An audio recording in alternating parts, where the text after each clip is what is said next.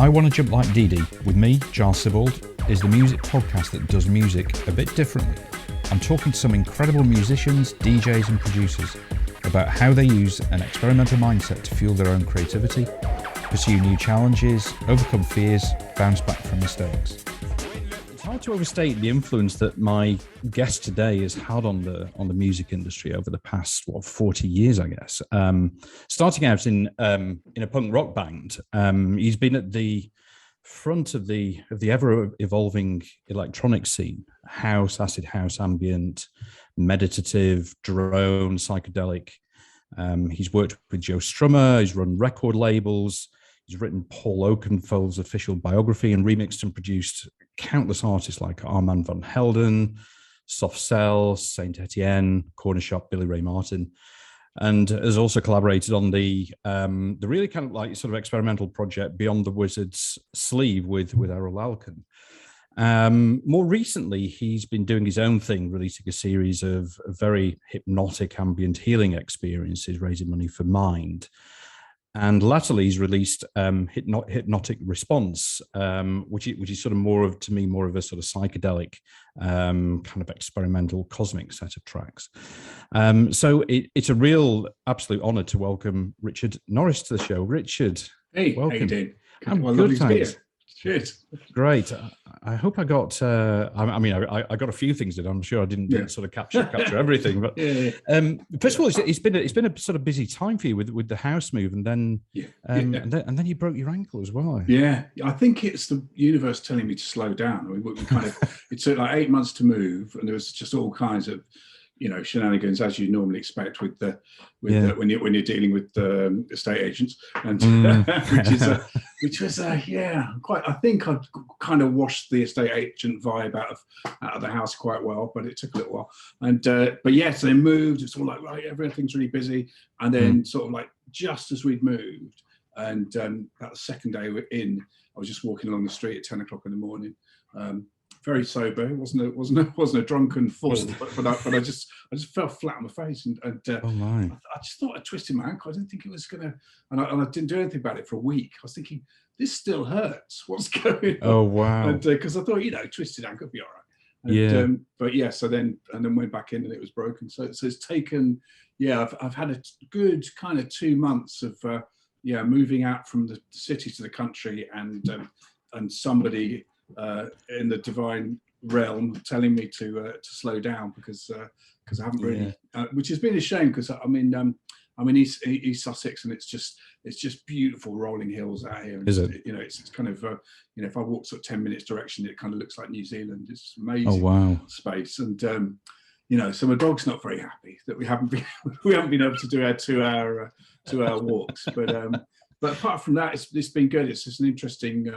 It's interesting to see how it will develop creatively to not be in somewhere that's absolute chaos. I mean, I was living on Portobello Road. Portobello, it was quite a full-on place to live.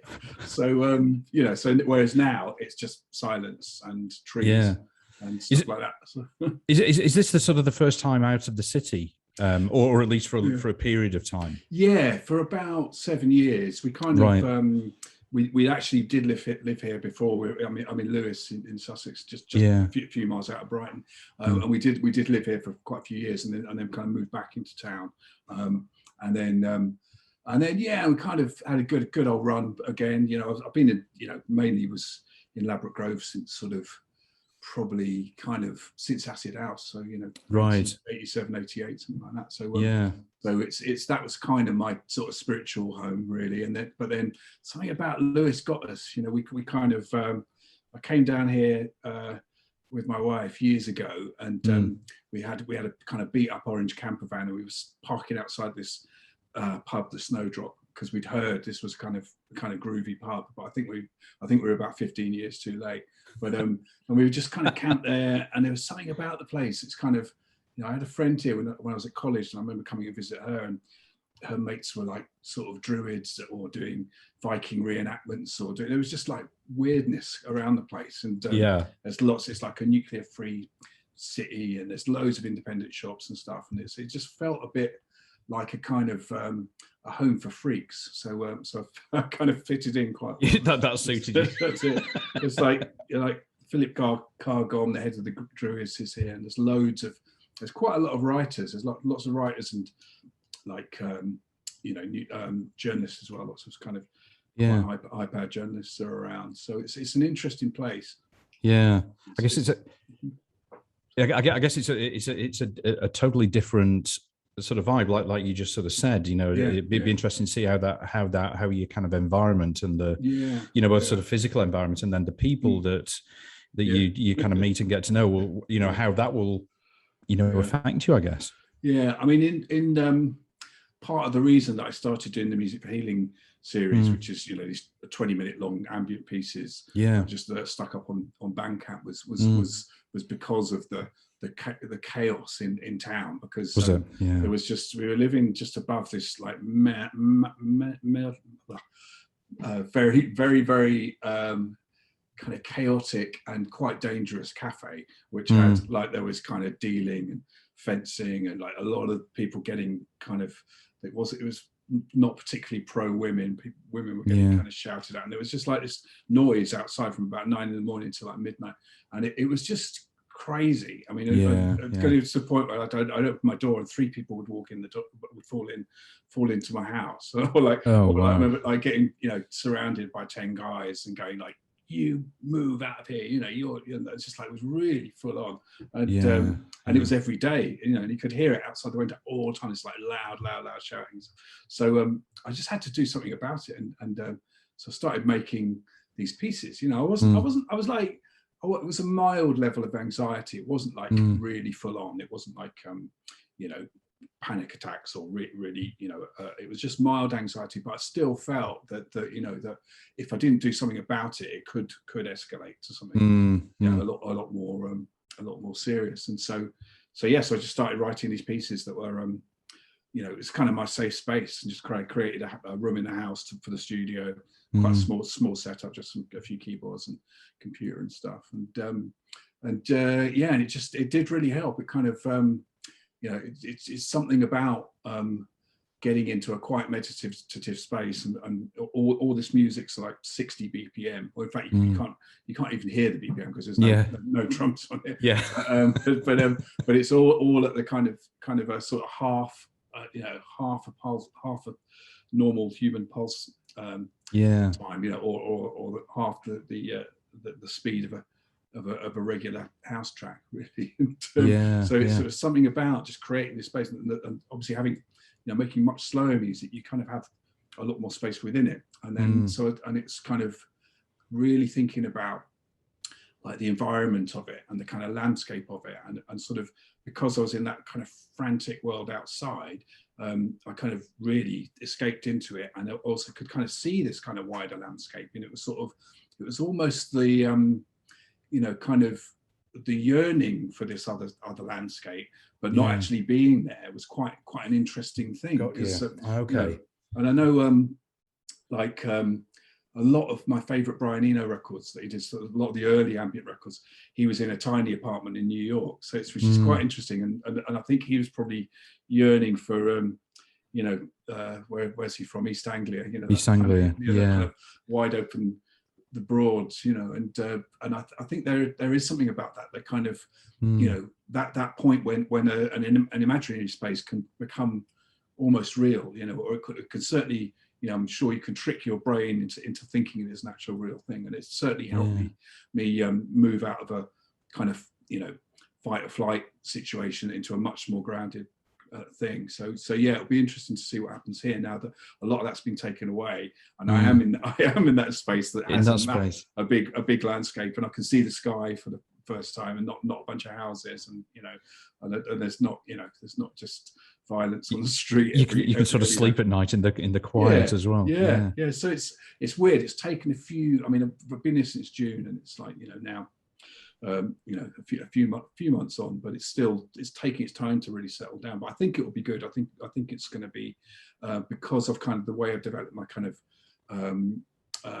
sort of habits of working. I think it's sort of I can kind of switch back into it because I've got a very specific way of working. So it's sort of, I think I've kind of because I've built it up as a habit that's kind of turned into a ritual almost, that I can sort of, if I kind of start and I work on the same way that I normally work, I kind of click into it quite naturally. Yeah. So I mean, that's definitely one thing. I mean, which is mainly by I just work here pretty much every day, and it's that kind of regularity, and I only work sort of from kind of morning till about kind of 1 o'clock, 2 o'clock I can do, but then after that I just get completely rubbish for about 2 hours, between 2 and 4. For some reason I just can't do anything creative. I sort of start, and then I sort of like, oh yeah, it'd be great, and then oh no, it's between so I've got this kind of weird dip which I think is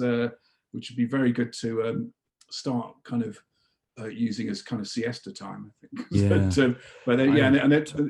So no, I totally agree, and I think I like how that creativity can you can kind of express what you feel around you. When you're in the city, you can kind of like use sort of creativity, whether that's sort of through music or painting or drawing, writing, whatever it is, to kind of express what you're feeling. That's really kind of interesting. I guess the interesting thing that happens with creation, how you can do that. I think that the dip that you're talking about, I think I mean totally understand. You kind of start work early and then do it sort of 4 or 5 hours. Well, I mean, particularly doing electronic music and doing sort of computer screen stuff, I mean, I reckon 6 hours is the max that you can do. It's tiring as well on your eyes and brain. And yeah, exactly. So always have a few kind of walk around outside a little bit and stuff, but it's I kind of like being in doing like very, very concentrated bursts, but they're quite short. How have you found now, because you've moved into, well, I say moved into, but you're doing more of the I guess kind of meditative sort of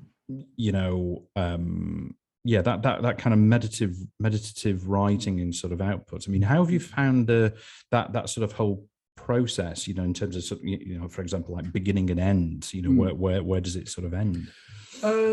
Well, beginning, it's sort of, I've spent a long time meditating, probably since my early 20s. So I've had a kind of that kind of thing of sitting and being still, letting whatever thoughts let them occur and let them go away. And sometimes you're meditating, it's really busy, and sometimes it's less busy. And so I've kind of, that kind of process has been with me. And I found that I started meditating and listening to kind of drone tracks as well. And then I started dropping the internal mantra, just listening to the drone tracks, and suddenly found that there was a very, very, you can get a very, very deep meditation just from tones and just from just from music, particularly very, very slow and long drawn out things. And I just kind of got a bit of a thing of just having some kind of sort of sets of rules really around it. So because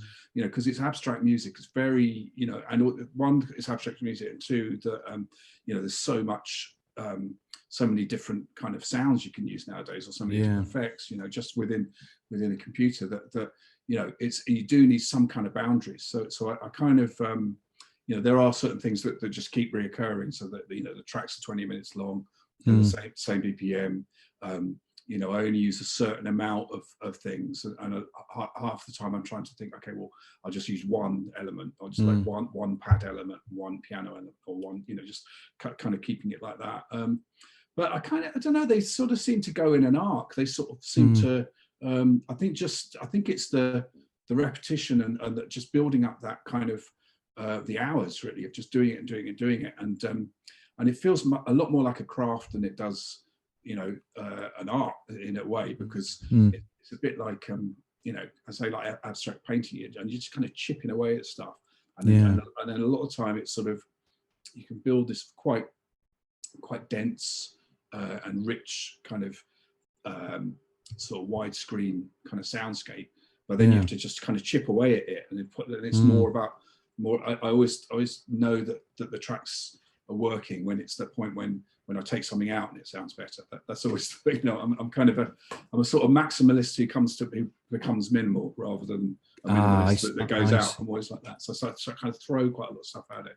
And using chants a lot. I like using you know, the chants that you can get via, you know, sequences or via certain bits of electronic music where you can kind of you know, you can kind of set them up, program them, or play them in a way where they'll loop or repeat or do something kind of interesting. I mean, that kind of came from working years ago in the Grid. We worked with we've been working with Robert Fripp for quite a long time. I think the first time was 1992, and he kind of came along and set up these massive stacks of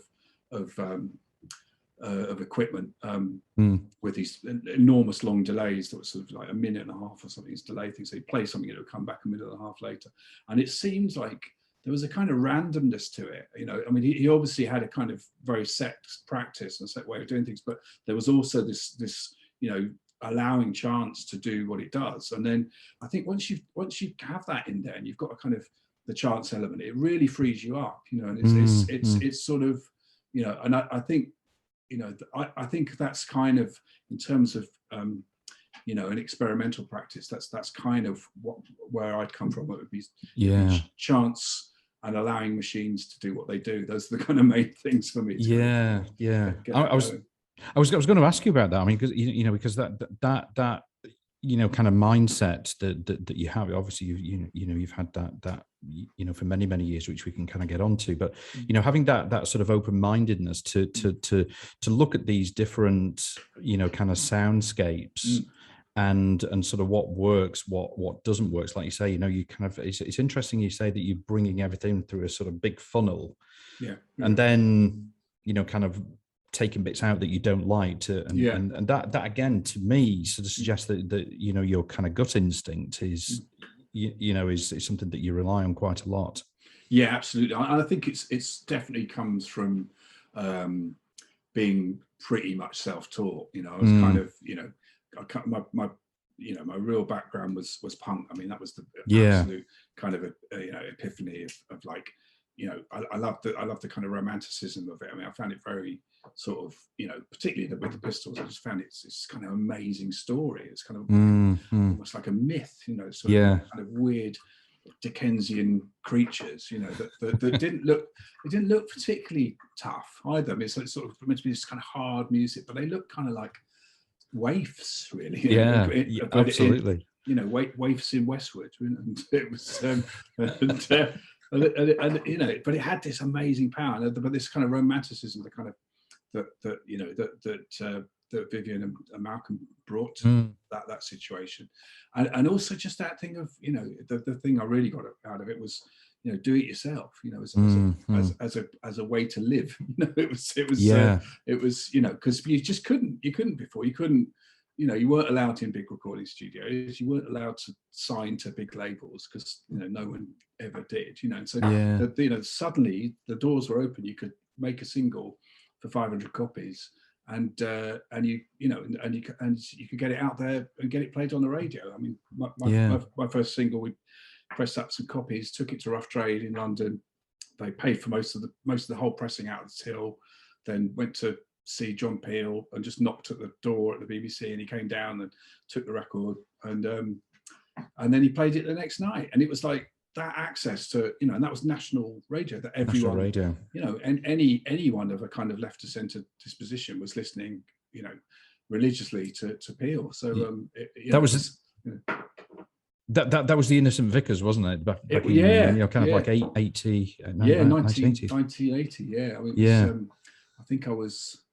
I think we started the Innocent Vicars when I was 13. I think I was just 14. Well, yeah, I mean, you were very young doing that. I mean, you know, it's kind of like sort of 13, 14-year-olds. I mean, that's like an incredible sort of achievement and sort of story. Yeah, and I think it's because of the time. I mean, I think it really was. I mean, when I was like 8 or something, you know, the idea, you know, I was absolutely obsessed with like Top of the Pops, and, you know, like I was and you know, radio on all the time. But I never dreamt I'd be able to do anything like that. I mean, I was really wanted, you know, had a great sort of desire to to make music. But just that the doors opened after after 1977. There was just and the fact that we were really young and doing like church hall gigs and writing fanzines and all that kind of stuff. It's sort of it's weird. People didn't really sort of kind of shoo us away. They were like quite welcoming. It was good. I mean, particularly sort of Rough Trade and John Peel Axis, and we could put on loads of gigs. They were like in church halls and small youth clubs and stuff. And there was loads of us. There was probably where I was. There was kind of St Albans, Hatfield, Watford. It was kind of all sort of just Hertfordshire, north of London. Yeah. And there was dozens of bands, and they were all 14 or 15. So it was, which I don't know if they are. I don't know if they are now. I'm sure. I don't know if it's still there. I mean, I would really hope so. That there's bands like that, but I'm not sure. There is here. We've got an amazing. There's a great. There's a centre here with like loads of rehearsal rooms and stuff like that, and there's loads and loads of bands. But bands sort of doing it, I think it does exist. I mean, it's interesting. We were sort of talking earlier about kind of environment, and that kind of early environment of St Albans, wasn't it for you when you were kind of growing up? Sounds like it was incredibly creative, and a lot of DIY stuff going on. Sort of fanzines and magazines and things like that. I think also because like boredom played a really big part, because there wasn't really anything to do. There wasn't a cinema, and you couldn't get into pubs, and so it was really, you kind of had to make up your own thing, otherwise, like London was a little bit too far away. I mean, we kind of started going out clubbing in London probably about sort of 16, but it was kind of like you had to get into town, and then if you didn't get the like midnight or train back, you had to wait till the milk train, which was like 4 a.m. So you had to hang around King's Cross for 4 hours at midnight. So I got very much used to hanging around King's Cross. And, luckily, the Scala cinema was there. So if we were up on a weekend, Scala did like all night performances. So you could just go and watch films all night and then come back in the morning. So that really worked. But yeah, I think boredom's very underrated. I think it's a useful thing, And kind of like for you, sort of getting involved in some of the the different things that that you were sort of back in the 80s, sort of like the NME, and then there's the kind of Bam Caruso label, sort of reissues. Was that just a sort of natural kind of evolution for you because of the people that you were kind of hanging out with? I mean, there was very much a kind of a group of people and a kind of scene within our local community. So there was people. So say if I was about 14 or 15, there was other people around that were doing bands like Tracy Thorn started from that thing as well. She was in this band Marine Girls, and we used to do quite some gigs with them, and lots of other bands, probably like 15 or 20 other bands from the area. And they put out cassettes, or there'd be some albums and singles. But there was a kind of slightly older group who were like more like 19, 20, and they were all kind of art school. So they were basically Watford Art College, or there's an art college in St Albans, and so they were kind of graphic designers and quite interesting group of people. And they were also in bands and doing labels. So that there was a label called Waldo's, which was that then turned into Bam Caruso, and the guy who ran it, Phil Smee, was an amazing graphic designer. Is still sitting in the same room upstairs, putting out like box sets for Sandy Denny or something. Wow. or something. But he used to do, and I just started working for him. Kind of was working on and off. He really helped me get out the 2 Innocent Vicars records and did the sleeves. I think he produced the first one as well, but he was like really helped. He was a real mentor to me.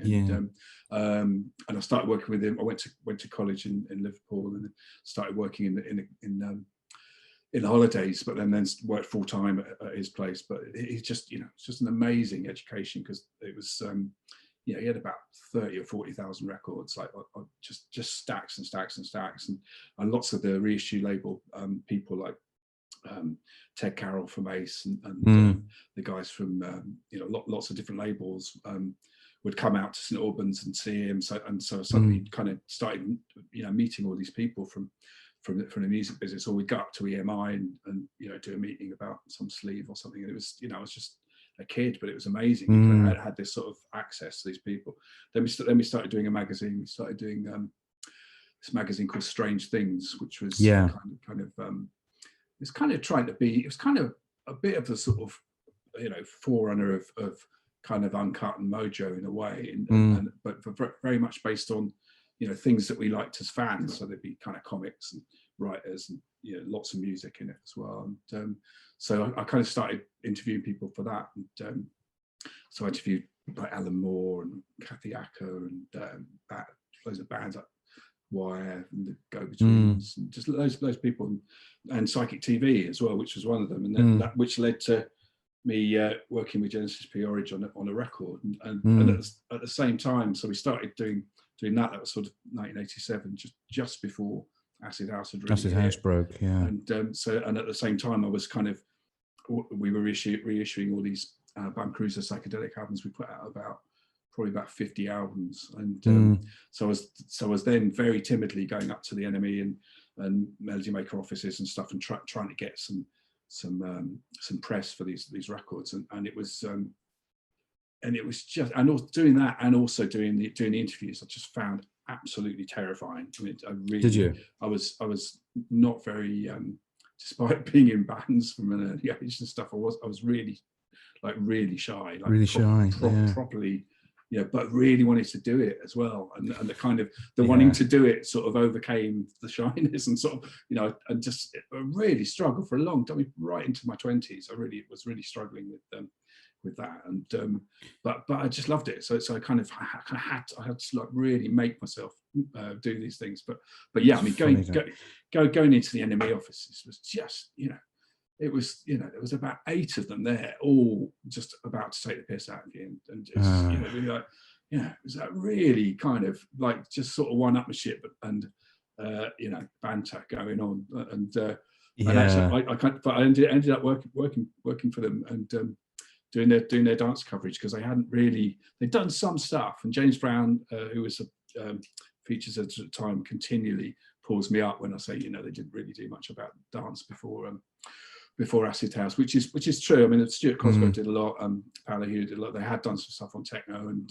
they'd done a lot on hip hop, so they had kind of done it. But by sort of end of '88, I was going in saying, you've got to cover Acid House, and it took until they took like another 6 months. It wasn't until July that they actually did anything about it, and pretty much down to the kind of the dance writers, which is Paolo Hewitt and Jack Barron and Helen Mead, saying we've got to do something about this, and really lobbying Alan Lewis, who was the editor, and he was great. He was like, yeah, great. Well, and they basically I had the Jack the Tab album that I'd done with Genesis P. Orridge. By that was all ready, and then they just said, right, well, you do it, and we'll give you a column to write about it, and you can be on the cover. So I got on the cover, which is just insane. We for like an unsigned art. I think there'd been 2 other unsigned artists that have been on the front cover. Yeah, and so it was just sheer luck and serendipity and timing, and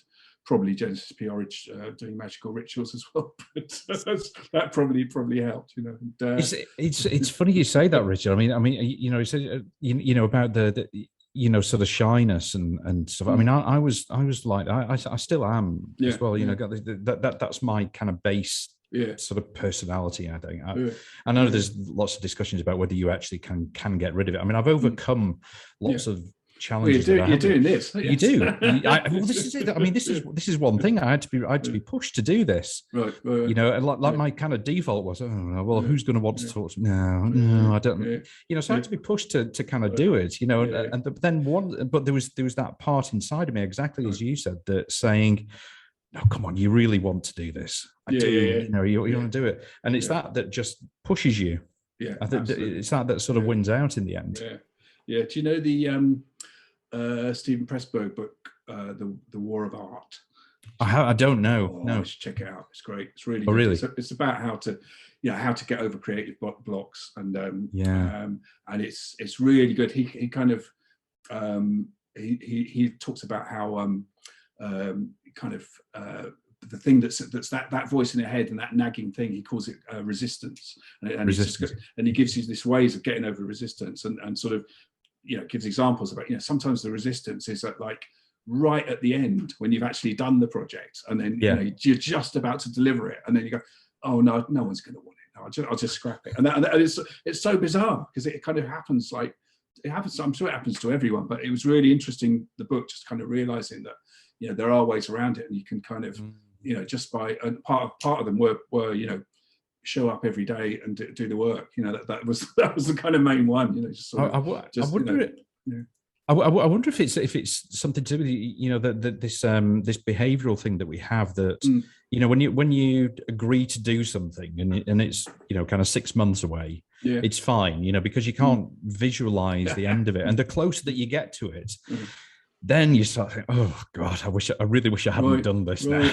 It's just internal monologue, though, isn't it? I'd totally just have a look at Eckhart Tolle on YouTube, and it's like he's great about that. He's just going on about them. Oh yes, she did this and this, and he's just like, yes, bollocks. It is absolutely right. It is. Yeah. But we all do it. We all do it, and we all do it all the time, and we know it's bollocks, but to get over it is very hard. So once you kind of started into you got into the sort of the stuff with Jen, and then sort of later going into the grid. Did you ever lose that monologue, or was it a sort of constant having to? Well, no. Or did it become easier? Well, I think my monologue was mainly shyness. It wasn't really not courage. The kind of excitement of it all. Yeah, it's like there was always something to go towards, but it's sort of and I had real sort of quite sort of concrete goals and quite sort of things I really wanted to do. So like just as a kid in growing up in that time, you wanted to be on top of the pops. That's one of the things I wanted to do. So it was like, right, I really want to go on top of it. And so I wanted to write for the NME, and I wanted certain things. Well, first of all, wanted to get on John Peel. I mean, that was the big thing, and it's kind of like, and it was almost like, because that was such a big thing that once you'd done that was like, well, you could almost have stopped then, because it was so important. So important and iconic. When you're like 14 or 15, I mean, just getting on the Peel show was amazing. So and so his attitude and allowing all this incredible music on and being very non-judgmental. He was almost doing it as a kind of as a national service to make sure that this music got on the air, and just getting people to think that listening to lots of different types of things, and like maybe not liking it to start with, but then you'd hear it again next week and be like, oh yeah, I quite like that reggae track, that's a good one, and so, oh yeah, it's like 6 months later you love The Fall, I remember there was another DJ, you may have heard of him, a guy called Steve Barker. On the Wire, on the Wire on Radio Lancashire, which I used to. So when I was a kid, so I was brought up in Chorley in Lancashire, so I used to listen to Steve's show on.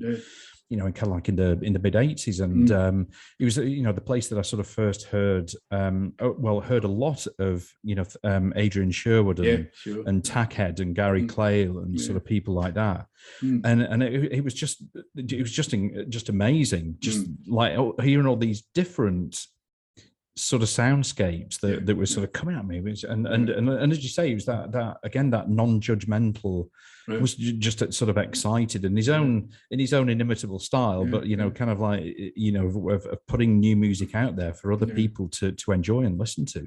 There's an incredible Lee Scratch Perry one that's been surfacing since the sad passing of Lee Scratch Perry.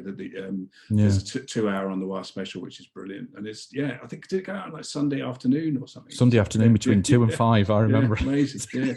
I remember like sort of probably a little bit later, probably like about 87. I had a friend that was in the network area and used to send me tapes of it, and just it was great. It's good. It's kind of, it's weird because it wasn't it was just that, you know, that region. Unless you lived pretty near, you couldn't hear it. But it was, well, yeah. That was. I'm pretty sure I was listening to it on medium wave. Back in those sort of days. You know, so you got everything.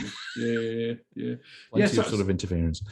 Yeah. So for me, it wasn't really the kind of the voice in the head telling me not to do it. It was just the actual joy of doing it kind of took over really, and it sort of. And it was, it's a lot of luck. I mean, I think, well, it's partly luck. So you know, got signed to Warner's, and it was, you know, it was luck that we'd done the Acid House record when we did. I mean, you know, it really was. It was, you know, we hadn't even heard any of the tracks. I mean, we'd heard the name and Acid House, and we thought that, well, this is great. You know, psychedelic dance music is such a great thing to do, and so that kind of. You know, we were quite early, and it would have come out even before 1988 because we recorded it in September, and it took like 3 or 4 months to get the sleeve together. So basically, it could have been even earlier, but it was, and that really would have been before Acid House because there wasn't, you know, that would have been before Shoom and all that stuff. But I mean, obviously, there's been variants of house music going on in Nottingham and Manchester and Sheffield, etc. Before that, but I mean certainly from the kind of the real acid variety that hadn't really kicked in yet. And but it was so that was kind of timing really, a lot of it, and just joy. You know, we just like we had all this new equipment. You know, it's like no one had seen a S900 Akai sampler before. I mean, it was just amazing. You know, went in this little studio, about 15 people. All kind of jamming at the same time. It was really weird, sort of, because I think coming from bands, we kind of thought, well, that's how you play music, like guitar. So we'll just do it with you know, bits of tape and samplers and stuff, and like literally 3 or 4 people playing, and you know, someone else cutting up a bit of tape, and it was it took like no time to do. The whole record took like 2 days or something. So and it kind of sounds like it in a way. It's got that. It's all about first ideas. We literally just went in and just whatever happened became the track, and recorded them all really, really quickly. No track was allowed to take more than an hour, and it was like, right, come on, let's just hit. And that's what I thought for quite a while afterwards. I thought that's how you make electronic records. They do really quickly and get out of the studio. And so, so we kind of did it like really just liking the idea of a kind of psychedelic dance music, really. But more, you know, from my end of it, pretty much from Jen's end as well. I mean, it was more the psychedelic end that we were interested in than the dance bit. And it kind of, but then it sort of, you know, as soon as it started kind of meshing and getting it, you know, to by the time we started going to the clubs, which was, you know, into 1988, then it was, you know, then it became a whole other ball game. But I mean, it wasn't, you know, we kind of, it wasn't, the album wasn't a response to the Acid House culture, because the Acid House culture wasn't there yet. I mean, we literally hadn't been. I mean, you know, I think Shoom and had like, you know, a few weeks, but that's it. You know, we went very early on. We take Jack the Tab T-shirts and give them away to people and give them the records and stuff. But you know, so we were kind of, it was really just a response to an idea, and it doesn't say Acid House anywhere on the album. It's on the album, like people, you know, so a lot of people said, oh, you know, these opportunists jumping on this Acid House bandwagon. And kind of there was an element of that, you know, but in a very joyful way. It wasn't cynical at all. It was just, we just loved the idea of it, you know, and just using this technology. But you know, that was kind of luck and serendipity, and then from that it kind of just seemed to roll on a little bit, just because it was, you know, just that time between about 88 and like 94 was just, it's just a weird time. There's kind of, you know, lots of things kind of coming up through the cracks and being strange, you know, like, you know. Yeah, it's interesting. I've just been actually rereading Dave Haslam's book about Manchester. You know, and specifically, you know that sort of period, you know, between, you know, kind of 87, 88 and 92 in that. I mean, just, you know, really kind of like incredible how it sort of brought, you know, a community of I say community of, you know, group of sort of people together, and it was the music that was doing it, and it was very different, and then it started, you know, sort of underground, and then, became much more commercial through the sort of mid 90s. But I mean, it must have been an incredible scene to be, from your perspective, to see it. When you first brought out Jack the Tab, sort of 87, and then how it, then kind of evolved. Yeah, I mean, it's what it's kind of given me is a real faith in. Small groups of people that you can do stuff if there's a few of you. That's the armies are divided into small units for a reason. Because there's something about it really was like 200 people. Well, certainly. I mean, I don't. I didn't venture much up to. I'd kind of come down from Liverpool in 87, been there sort of a bit earlier, and so I was going when I was living there. I was going to Hacienda, pre-acid house, and it was it was quite kind of stark and empty. It was, that was it. It was exactly. It kind of had worked for sort of various kind of metallic sounds and certain sounds and certain bands, but I just remember it being kind of raincoats and. It was. I went there a few times, and it was exactly that. Yeah, that it was like, sort of catering to kind of indie, the sort of the indie kids, and then there was the the sort of the still the sort of the Joy Division sort of almost that sort of crowd, and it was probably really 88 when the dance music and it was empty. It was just it was losing money. It just wasn't attracting people into its kind of club nights, and then after that, then 88, that's when it really it's like nude and hot nights, and lots of other. I mean, there was other. I think I do feel that there's a definite kind of media spotlight on the Hacienda, which says Manchester Hacienda baggy. Happy Mondays. Absolutely. Like there's loads of other stuff going on. There was. And I'm sure and it's just little pockets of things. I remember a really amazing one in Liverpool that was in summer of '88. That was where Cream became turned into Nation, then turned into Cream. But just this really amazing club, and it was like 40 people there, and it was like and by like within about 10 minutes we knew all of them, and they were like, you've been to Shoom, what's it like this and all that. It was all like it was like, and someone's mum on the door and just like dry ice, but it was just great. That sort of, there was a real excitement about it. I don't know what it was, if it was a sort of, because it was so grim in the the political situation was pretty dire, but it was. I think it was a kind of need of an escapist thing, and I think it was that, but it's interesting.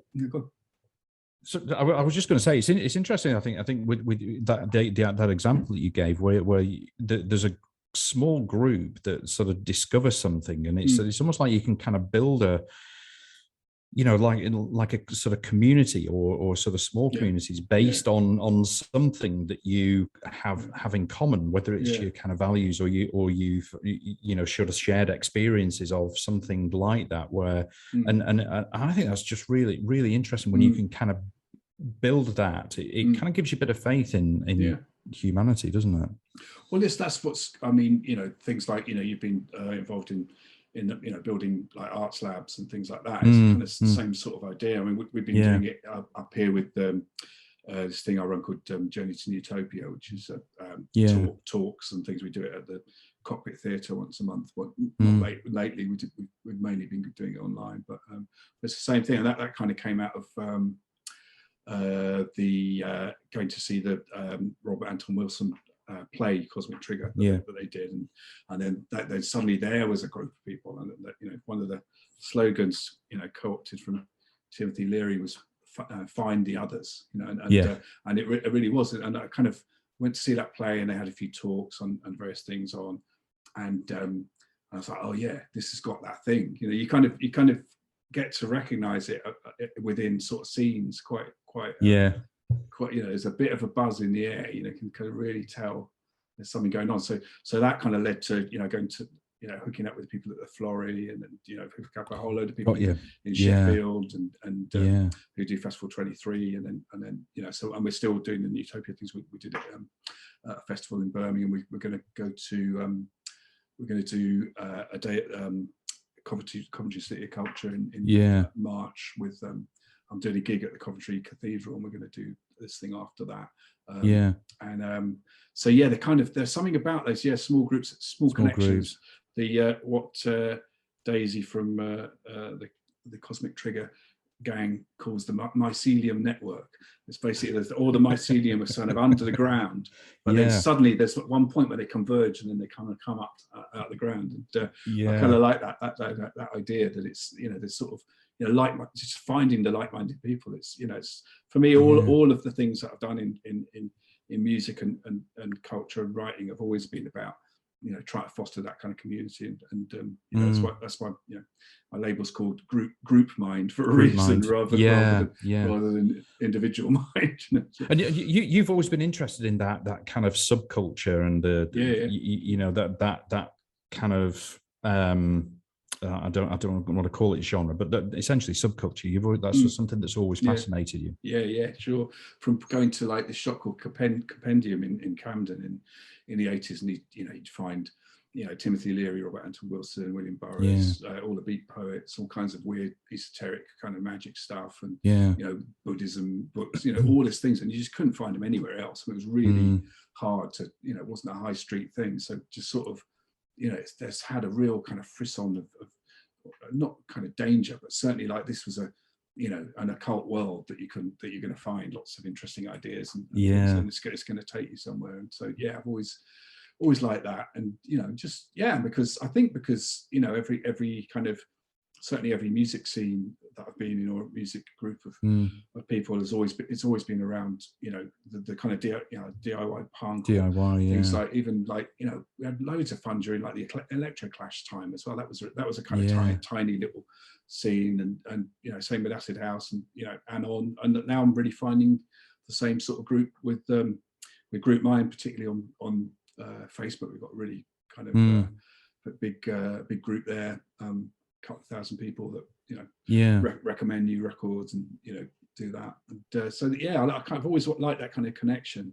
It's the same with I've started a Bandcamp subscription service, which is working really well, actually. It's kind of like people can pay like it's different tiers, so they can pay like 3 different types, and you can either get digital, or you can get digital, or you can get vinyl, or you can get vinyl and CD and digital. But I'm really enjoying that. That's growing kind of at a real nice kind of steady pace, and it's great because it's it's not hundreds of people. It's a few. It's a few people, but I can write to them all individually and like send little notes and things. I think people have really responded to that. I mean, particularly over lockdown. Just getting something random in the post. I think people quite liked. I totally agree with you. I love that. I love that idea, Richard. I think it's totally right to sort of do that, and I think that there are more artists that are looking for both looking for themselves and also understanding that what their fans want is something that's a bit deeper. So it's like let's not. I'm not interested in going out to the masses. I want to get people who really want to follow me, and it's almost like I sort of a couple of other episodes that I've done of this, and this has come up, where it's like I want to be able to communicate with my fans and kind of give them something a little bit extra, and those sort of handwritten notes that you made. I mean, actually, it's great for the fans, but for you also, it's like, well, I'm kind of like, I'm not now just this kind of faceless artist. I'm now actually able to kind of get in touch with them directly. Directly and in real time. I mean, it's like I do a 20-minute piece. I mean, this year's one that's just been called After the Month, so I can write September on the morning of the 1st of September, stick it up and get a feedback on it like within an hour. It's just that's an incredible thing as well. I mean, it's been and also kind of that kind of way of releasing, kind of a bit more like a diary, and it's like that's kind of gone into the way that I write, that that it's an ongoing process, and it's not so much about you know, an album campaign that's the last 18 months, and you do this, and you're kind of building.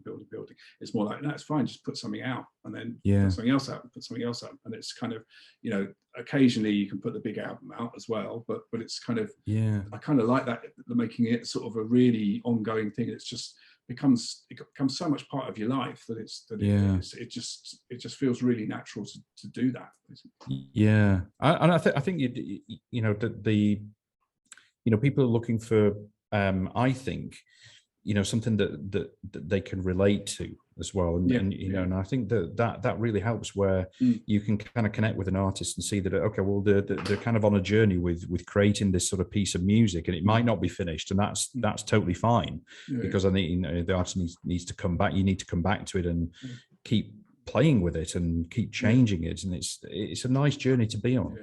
Well, I think also, I mean, I'm kind of not really thinking about just releasing anything that's you know, well, it's, that'll do, you know, like that's not really that. It's more it should be. I think it should be finished, but I think that, but I also think it's not finished until you've released it. I think, and you get the feedback from it. I think that you know, the art is as much as about the listener as it is about the creator. I think it's, you know, it's all, you know, it's all just stuff coming from somewhere else anyway. You know, but I do think that kind of feedback loop is vital. It's vital, you know, and people, you know, people hear things in completely different ways. You know, it's interesting to see what, you know, particularly if you're playing them abstract music, it's kind of like what people kind of hook onto and what people like about it.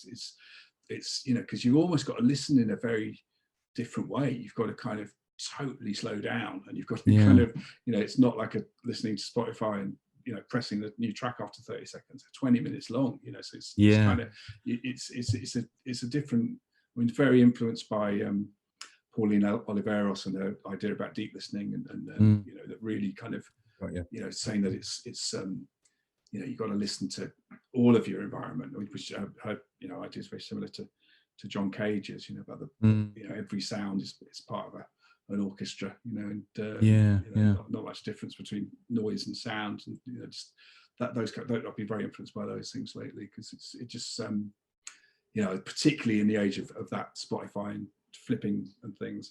And also I should say about the you know, creating a niche audience and really, you know, serving those people. I think that's, you know, in the age of Spotify, where, you know, to actually break through on Spotify is, like, you know, really, really tough. I mean, really tough. No one's going to make a living of it. If you're starting off as a new electronic producer or a new band, it's like, you're not going to make a living on it. You know, well, you know, unless you're very, very lucky. It's kind of, you know, it's hundreds of thousands of people. What was it, like 40,000 tracks going up a day? You know, so crazy, it's like, you know, the numbers are against you. I mean, the numbers have always been against you, and you can find a way through. But I think it's like, you know, I think people should just not bother. Kind of, obviously Spotify is you know something near to payola, and it's you know, they do some practices that are pretty dodgy, and you know, as we've heard, you know, the government committees, subcommittees about this thing of, you know, everyone knows that they're not paying enough money for it. But I think people should think about it more like, you know, this has been said in a few articles lately, that you should think about it more like radio, and think of it as, well, that's the promotion, you know, if you can agreed, and if you can find people that wouldn't listen to your music and they happen to kind of come across it via Spotify, that's great, but it shouldn't be your main focus. I mean, your main focus should be, you know, the people that like your records, and you know, for me, being older, and I don't know if it is being older, but certainly, you know, I like the things, you know, I like the physical releases or t-shirts or you know, the artwork, and I want to have something to hold, and I agree. It kind of doesn't really feel real to me like that, and I think it seemed to kind of go away from that at the beginning of the digital era, when that kind of came in. But I think now, obviously, you know, with the rise of vinyl and stuff, people do, you know, I think people have always wanted that. I don't think anyone's changed. They're not going, oh, no, we're just having it all on, you know. I agree. I mean, even things like CDs. I must sell loads of CDs. You know, it's like people are like, some people are like, what's that? It's like some old technology. Why are you doing that? And it's like, well, those are people, it's like, so it's old technology doesn't mean it's outdated. People still got CD players in their cars, you know. I think I still got one somewhere.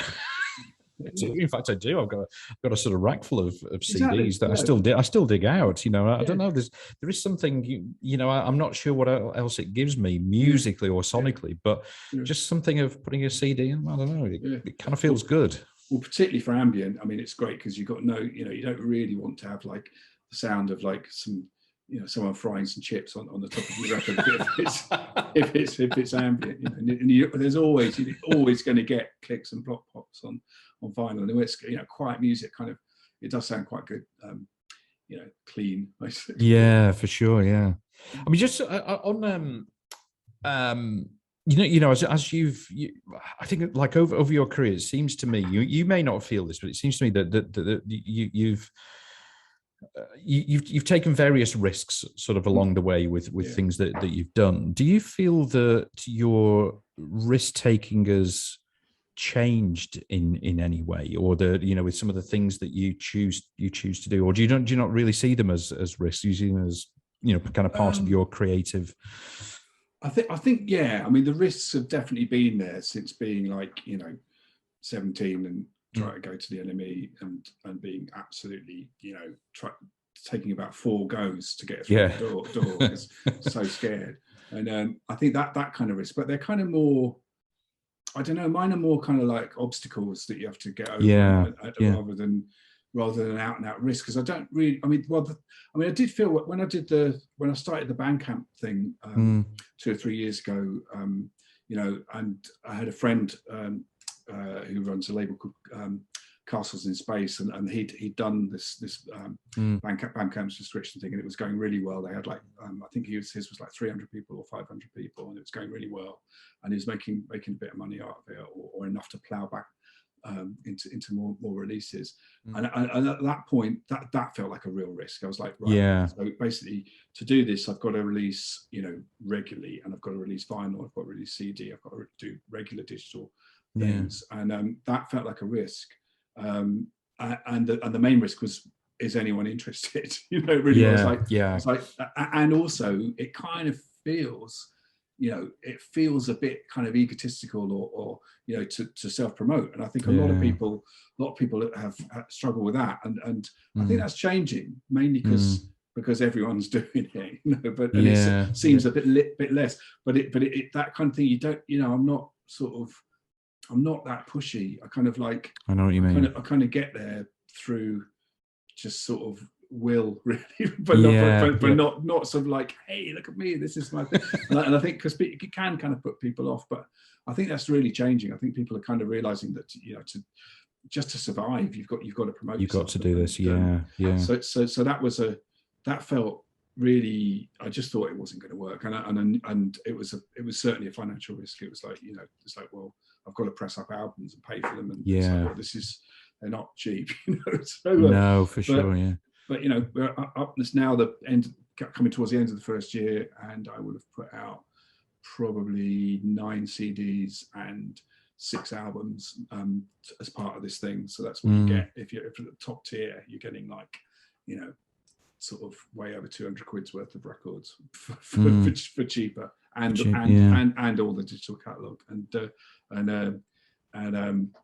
it's not been that difficult. It's been kind of I've been very lucky because it's the records I've put out, which is like Elements, Hypnotic Response, Music for Soundtracks, and have been it's been great because I've been pressing those up and putting them out. But I was just very lucky that I had a few other records coming out. So I had a Gridge and Robert Fripp record. I've managed to buy a whole load of the Beyond There Was a Sleeve album on clear vinyl, and there's a couple of other things I've managed to kind of get in, including like an old compilation album I did for Cornershop's label. And so I've managed to kind of get all these things. So that's kind of got me enough music to get by the first year. But next year's going to be interesting because it's that's the risk is next year, mainly because the pressing plants are like, they're really over busy, overstretched, and it's whether and the I think one of the components in vinyl, I think it's PVC or something, is a real shortage of. So it's kind of we're all anyone that's putting out vinyl is just wondering if it's gonna it's going to work. If it's going to work, yeah. And then so, I guess that means, I mean, aside from that actual kind of perhaps material shortage, but the timeline that it's taking now, you're having to sort of factor that into your whole kind of release cycle as well. Yeah, and it's a lot of the timeline is mainly because it's things like, because people are doing lots and lots of small runs. So if you're doing 300 to 500 pressings, each time you do the record, they've got to change all the plates that get it all, so if it's quite a labor intensive thing, plus the big all the major labels have block booked like a lot of the places just to create the next reissue of Rumours by Fleetwood Mac, so this, which I think it's like some of these records say, well, just go to like Oxfam. You can find like a really good copy for like £3 or £2. Sure. But they sell. People are still buying Dark Side. Still buying it, yeah. But yeah, for us at our end, so I'm kind of, so I'm planning. I've already given in all the parts for records that are coming out next March, basically. So wow. I'm working that. It's the kind of, it's sort of minimum 6 months ahead, and but I've got luckily I've got loads and loads. I'll do loads of collaborations next year. I'm kind of done all my solo stuff, and now I'm doing kind of similar records but with other people. I was just going to say, that's been a sort of period of time where you've been solo, concentrating on your own stuff, and now there's the opportunity now that that's done, then to sort of go back to collabs. Well, I've always enjoyed working with other people. So there is something very different about it. Just the just having, that's kind of why we called me and Erol called our label Third Mind, because which came from I think it was either Brian Geising or William Burroughs thing, the Third Mind, and but it was, you get two people together and there's this kind of other entity appears, and it's almost visible. And I remember, like, Robert Fripp always talks of King Crimson as kind of almost like a person, that's kind of there with it, and it's this other thing that happens, and you do get that, so you get it on your own, but you have to really dig deep to get it on your own. But I think but it's there's something about the juxtaposition and on all sides of it as well, including the arguments and the joint victories as well. There's that kind of slight tension can be very useful. I mean, like, certainly the Beyond the Wizard's Sleeve project between me and Erol, it really wasn't a kind of cozy affair. We really kind of locked heads more than any other project I've ever done. Wow. Okay. But for some reason, the music came out amazingly. It just sort of like, it just sort of something in that. It just sort of, we kind of, I think within what we were doing, we were both kind of raising each other's game, which was in different ways, bringing different things to it. I mean, it was because he's got some extremely exceptional skills, but they're very different to mine. So it's kind of like, as a DJ, he's pretty much peerless, I think. I mean, I've seen him do stuff just in his bedroom, where I'd like gave him a copy of an ESG track, and he just did this mix like instantly. And it's remade the track, all these like new loops, but like on the fly, I was like, oh my god, that's incredible. It's I've never seen. It's like, he's really like technically brilliant, and just got good. He likes strange records. So it's good combination. And while you mentioned that, I mean, just by the by, ESG, what a fabulous group they were as well. I mean, really incredible. That sort of pioneering, sort of early 80s. Kind of, I think they're still going. They were doing gigs recently. They were doing some gigs recently. I saw. Yeah, amazing. But that's interesting. I really found that interesting, how kind of different personalities and different strengths and weaknesses kind of come together to create kind of create great things. There might be some tension and gnashing of teeth along the way, but you kind of get there. You find a way to achieve it. I think it's like, it is quite, I mean, the main sort of issues come, it's sort of like, if you've got if you've got a role that's fairly defined, I think that kind of helps. I think a lot of the time, particularly with me and Erol, we were basically both doing the same stuff. So it's kind of like, so we both start a track and then then bring it together. So it's a bit that sometimes is an issue. But I mean, it's sort of but even within those things, you have got different skills, and certainly with me and Dave from the Grid. I mean, we've worked together, for first record was out 1990, so it's, it's a long time, and we're working on a brand new record now. So, and it's kind of,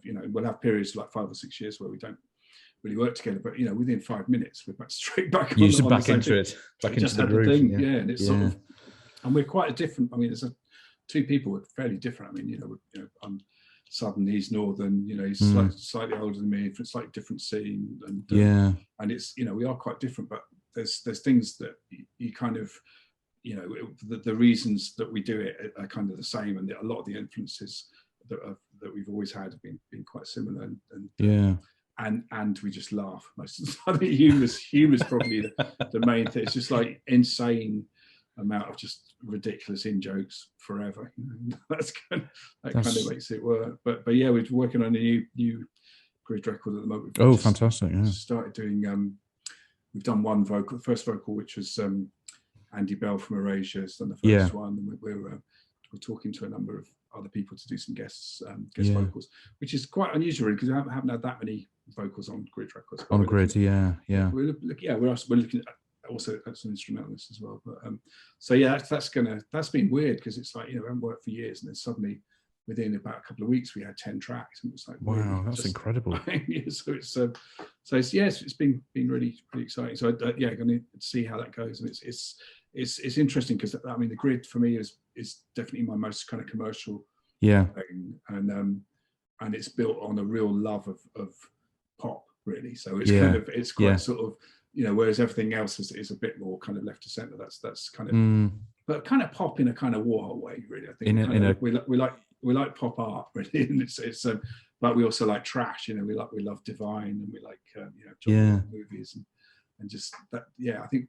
John Waters and Andy Warhol are probably the biggest influences on the grid, and not that you can kind of see it within the end result, but yeah. So it's going to be so this is much more song based than anything I've done for ages, and it's 3 minutes. It's got choruses. It's got wow, big Giorgio Moroder high energy bits in it and stuff. So amazing. It's quite fun. It's quite going to be back to that, but in a very, very different landscape. I mean, when we were doing the grid in the 90s, it was a very, very different thing. So I just I don't think we're it just feels a lot more calculated and a lot more kind of based on numbers and things. And I don't think we're going to be back on Top of the Pops, mainly because Top of the Pops doesn't exist anymore.